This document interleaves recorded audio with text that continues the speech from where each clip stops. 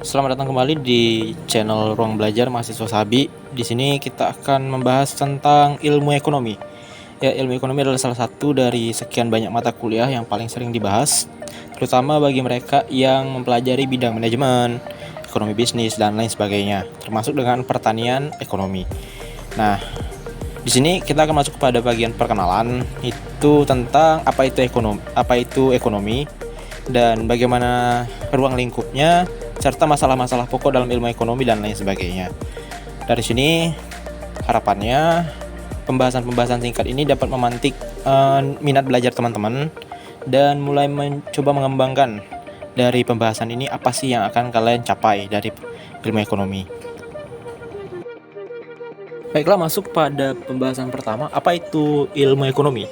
Jadi, ilmu ekonomi, konsep yang paling utama dari ilmu ekonomi adalah scarcity atau keterbatasan. Jadi, kita manusia itu memiliki sumber daya yang terbatas, baik itu dari segi tanah, sumber daya manusia, baik itu modal. Semuanya terbatas, semuanya kurang, semuanya tidak cukup. Namun, kebutuhan manusia dan keinginan manusia itu tidak terbatas. Kita ingin ini, itu, dan segala macam, namun tidak dapat diakomodasi oleh sumber daya yang ada. Sehingga itu menjadi sebuah masalah dan menjadi sebuah pembelajaran yang ada dalam ilmu ekonomi. Jadi, singkatnya, ilmu ekonomi adalah ilmu sosial yang mempelajari bagaimana individu, rumah tangga, perusahaan, dan pemerintah dalam membuat pilihan untuk mengalokasikan sumber daya yang terbatas tadi untuk memenuhi kebutuhan dan keinginan yang tidak terbatas.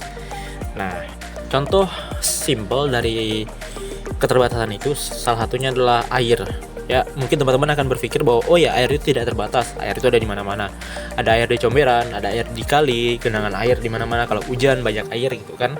Tapi kalau misalnya kita bicara tentang air bersih, air untuk minum dan untuk kebutuhan-kebutuhan dapur, pasti itu terbatas. Itulah kenapa teman-teman pasti kalau misalnya perlu air, teman harus mengeluarkan uang untuk membeli air tersebut.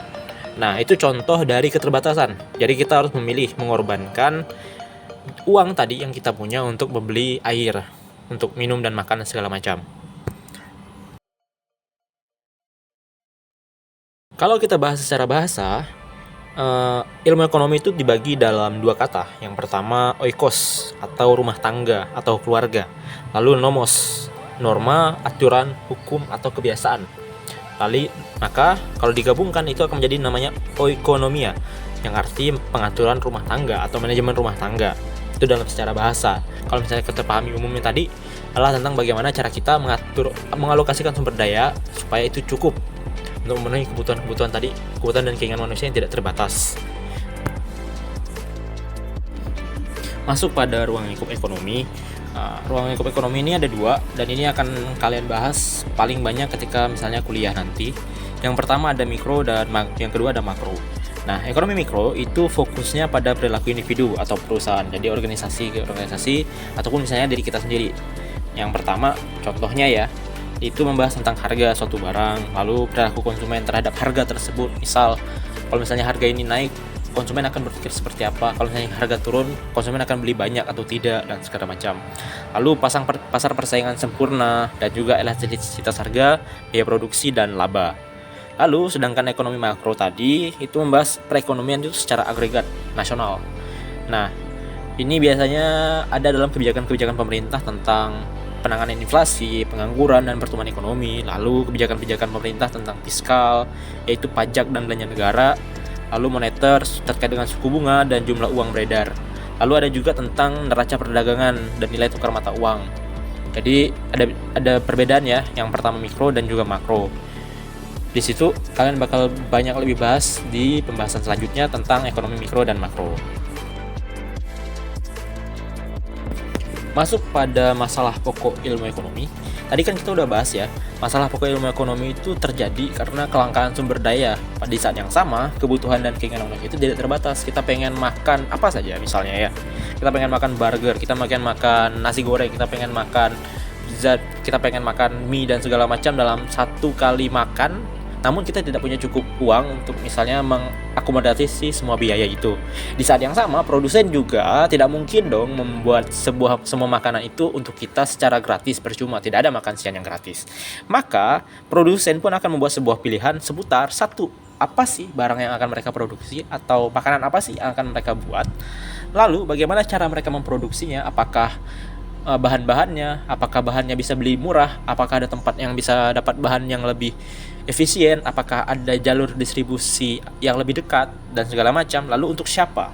Apakah itu untuk orang yang punya duit, apakah itu untuk orang yang tidak punya duit, apakah itu untuk seseorang yang makan karena tren dan segala macam. Itu akan dibahas dalam masalah pokok ilmu ekonomi. Jadi pokok ilmu ekonomi itu fokus pada 3 hal tadi: apa, bagaimana, dan untuk siapa barang itu kita produksi dan kita berikan.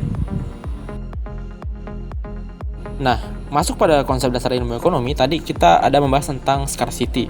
Jadi scarcity itu ya intinya adalah kelangkaan sumber daya. Kelangkaan sumber daya itu bisa jadi sumber daya alamiah, misal kayak tumbuhan, makanan, dan segala macam. Itu berkaitan dengan tambang, tanah, dan segala macam juga. Ada juga sumber daya manusia, itu tentang tenaga kerja, tentang tenaga kerja fokusnya, lalu modal dan kapital atau misalnya uang terkait dengan pembiayaan suatu kegiatan atau misalnya suatu kegiatan ekonomi. Melanjutkan konsep scarcity tadi, kita udah tahu kan bahwa semuanya terbatas, lalu kita pun dipaksa untuk membuat sebuah pilihan atau choice. Nah, dari keterbatasan tadi, lalu muncullah sebuah opportunity cost. Apa itu opportunity cost? Opportunity cost itu adalah nilai dari pilihan terbaik yang dikorbankan ketika memilih sesuatu. Sebagai contoh gampangnya, antara pilihan bekerja selama 4 tahun atau kuliah 4 tahun. That's it. Maka opportunity cost-nya adalah bahwa ketika saya memilih kuliah, maka saya akan kehilangan 4 tahun waktu bekerja dengan gaji sekian. Misalnya dengan gaji 1 juta dikali 12 bulan dikali 4 tahun gitu kan. Nah, itu adalah opportunity cost yang kita hilang, yang hilang karena kita memilih sesuatu hal yang lain, contohnya kuliah tadi. Nah, ketika misalnya kita lulus, maka kita akan berpikir apakah bisa dengan setelah kuliah, setelah kita kerja nanti, kita akan mendapatkan pekerjaan dengan gaji untuk menutupi gaji dari 4 tahun sebelumnya, 4 tahun dari kita memilih untuk tidak bekerja tadi. That's it. Kita masuk pada peran ekonomi sebagai ilmu. Seperti yang kita tahu bahwa ilmu ekonomi tadi itu mempelajari perilaku manusia. Perilaku manusia yang seperti apa? Perilaku manusia tentang bagaimana cara mereka mengalokasi sumber daya yang terbatas tadi untuk memenuhi kebutuhan dan keinginan, yaitu yang terkait dengan tadi yang alamiah, tenaga kerja dan juga modal tadi kan dialokasikan nih untuk memenuhi kebutuhan tadi. Nah, ciri-ciri ekonomi sebagai ilmu itu yang pertama harus objektif dan sistematis. Yang kedua itu harus berdasarkan data dan bukti. Yang ketiga teoritis. Lalu yang keempat itu analitis, artinya dapat dibandingkan, dapat dievaluasi, dan dapat dinilai, oh ini bagus atau tidak, ini seperti apa. Lalu ada yang namanya ekonomi dalam konteks positif, itu artinya ekonomi itu menjelaskan apa sih yang terjadi dalam fenomena masyarakat tadi. Lalu ekonomi juga menjelaskan secara normatif atau menyarankan apa sih yang sebaiknya dilakukan untuk bisa mencapai kesejahteraan, mencapai sesuatu hal yang baik dalam ekonomi tersebut. Baik, kita bahas tentang aplikasi ekonomi. Di mana saja ekonomi digunakan? Nah, salah satu ekonomi digunakan itu paling gampang itu rumah tangga. Contoh kayak kita mahasiswa, kita dapat jajan sekian misalnya dalam 1 bulan, maka kita harus mengalokasikan nih uang ini cukup untuk misalnya 1 bulan dan tidak boleh habis misalnya di pertengahan jalan, atau enggak kita tidak akan bisa makan dan lain sebagainya, tidak akan bisa bayar kebutuhan-kebutuhan lain. Lalu yang kedua misalnya bisnis itu kayak misalnya kita mengalokasikan dana untuk produksi, mengalokasikan sumber daya tadi untuk distribusi dan juga untuk pemasaran. Lalu yang ketiga adalah kebijakan pemerintah, itu berkaitan dengan subsidi, berkaitan dengan insentif, berkaitan dengan pajak dan lain sebagainya. Lalu yang keempat ada perdagangan global antar negara. Lalu yang kelima itu berkaitan dengan sosial dan lingkungan, misalnya kayak pendidikan.